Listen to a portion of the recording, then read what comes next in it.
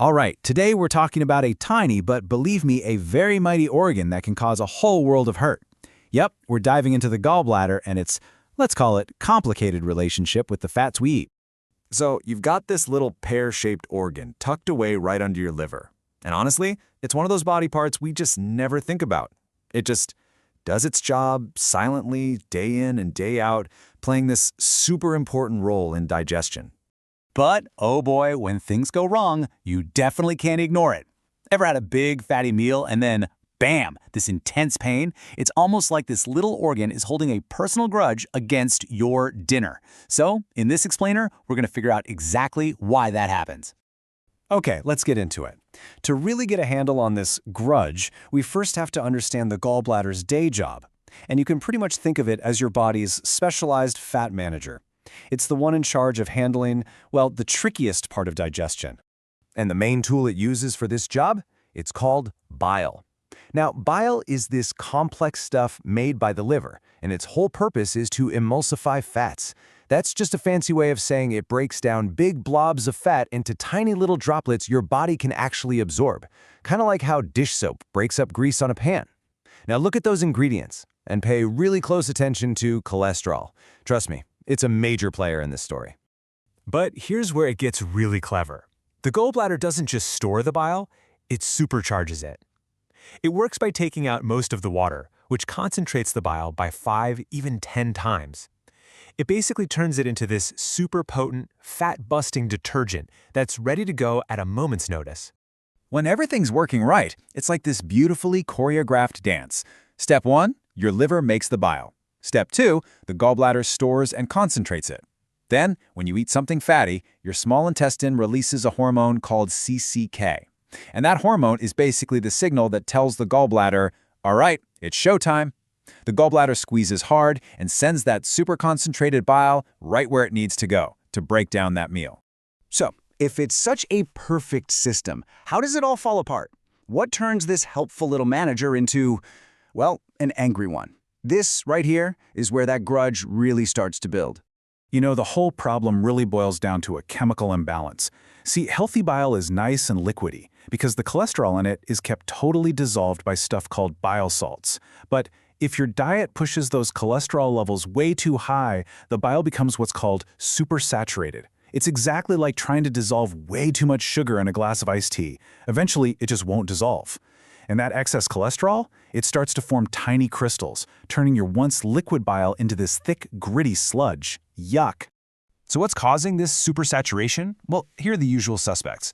A diet that's really heavy in saturated fats, processed meats, full-fat dairy, and lots of refined sugars, it can just completely overwhelm the system. It creates that exact cholesterol imbalance we were talking about, and over time, those tiny little crystals start clumping together, forming gallstones. And that is the physical form of the gallbladder's grudge. And here's the thing, you might have these gallstones and not even know it. But this is the part of the story where things go from a silent grudge to an all-out crisis. We're talking about the gallbladder attack. And believe me, the pain is unmistakable. I mean, listen to how Johns Hopkins Medicine describes it. A sharp pain, like being cut by a knife. Wow. It can be so intense, it literally takes your breath away. We are not talking about a little indigestion here. This is your gallbladder crying out for help. Okay, so here's how it happens. And the irony is, it all starts with the gallbladder just trying to do its job. You eat that high-fat meal, right? The CCK hormone floods your system, and the gallbladder gets the signal. Squeeze, we need bile. But here's the big problem. As the gallbladder squeezes with all its might, a gallstone gets jammed in the narrow exit duct, completely blocking the way out. Think about it. It's like a giant boulder rolling in front of the only exit during a fire drill. Nothing can get through. Now this is the part people don't always get. The intense pain isn't really from the stone itself. It's from the gallbladder's own powerful muscles squeezing against something that won't budge. The pressure just builds and builds, causing this incredibly painful spasm. That is the agony of a gallbladder attack. So after all that, you're probably thinking, okay, I get it. All fats are the enemy. But the story is actually a little more complicated than that. It turns out the gallbladder's grudge isn't against all fat, just the wrong kind and the wrong amount of it. And the research on this is pretty crystal clear. When you look at the data, diets high in saturated fats, the kind you find in fatty meats and a lot of processed foods, they're linked to a much higher risk of gallstones. But look at the other side. Diets that are rich in polyunsaturated fats from things like fish and nuts are actually linked to a lower risk. So not all fats are created equal. So it's not all doom and gloom. Instead of villains, we've got dietary allies.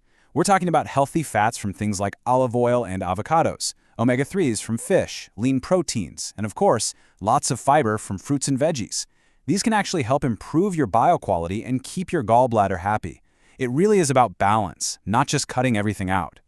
But what happens when that grudge is just too strong? When the attacks keep happening and even changing your diet isn't enough? Well, for a lot of people, the final act in this drama calls for a more permanent solution.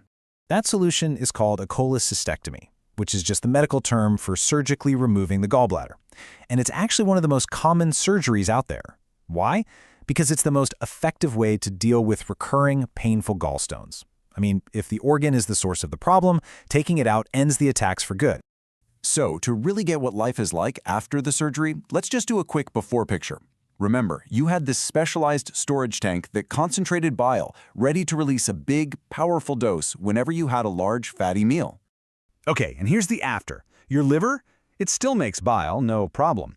But now there's no storage tank. Instead, you just have this constant, slow drip of less concentrated bile flowing right into your intestine. You can still digest fat, for sure, but the system is just less efficient. And that's exactly why people are usually advised to eat smaller, lower-fat meals after the surgery. It just helps match the food you're eating to the bile you have available. When you think about it, the gallbladder story is really a direct reflection of our diet. It's a story all about balance. The right foods can keep everything flowing smoothly, but the wrong ones, well, they can lead to that painful crystalline grudge we've been talking about. So the real takeaway here, the big question is, what story is your diet telling your body? Thanks for joining us. Let's dive into a small organ with a big secret, the gallbladder's grudge against fat. Yep, we're talking about your gallbladder, a small but, kind of mighty part of your gut. Think of it as part of your digestive team, playing a super specific role behind the scenes.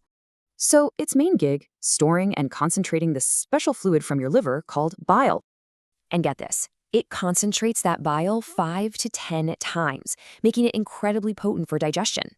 So when that fatty meal arrives, bam, that's the signal for the gallbladder to jump into action. It's this precise 4-step dance, all kicked off by a hormone called CCK for short. Normally, this system works great, but what happens when we overwork it with the wrong foods? Well, your bile can get an imbalance with way too much cholesterol. That's called cholesterol supersaturation. And this shows the two sides, right? Some fats fuel the grudge, others can help soothe it. But hey, it's not just about fat. High sugar, low fiber, even skipping meals add to the problem. Those little crystals start clumping together, forming gallstones. Yeah, the grudge is now a physical thing. And with gallstones there, that same signal to squeeze becomes a trigger for a painful attack. And the pain, wow, a lot of people say it's sharp, like being cut with a knife. So what's happening? The gallbladder squeezes, but a gallstone blocks the exit. Ouch! That pressure is intense. The pain's the main event, for sure, but you might also get these other warning signs too. Okay, so how do you make peace with your gallbladder? Let's talk about some actual solutions. It really boils down to this: swap out the foods that cause trouble and bring in the good stuff.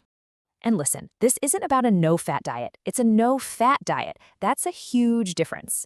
Simple lifestyle tweaks like these can seriously reduce the strain and help prevent future attacks. Your gallbladder's talking to you through pain and discomfort. So the question is, are you listening?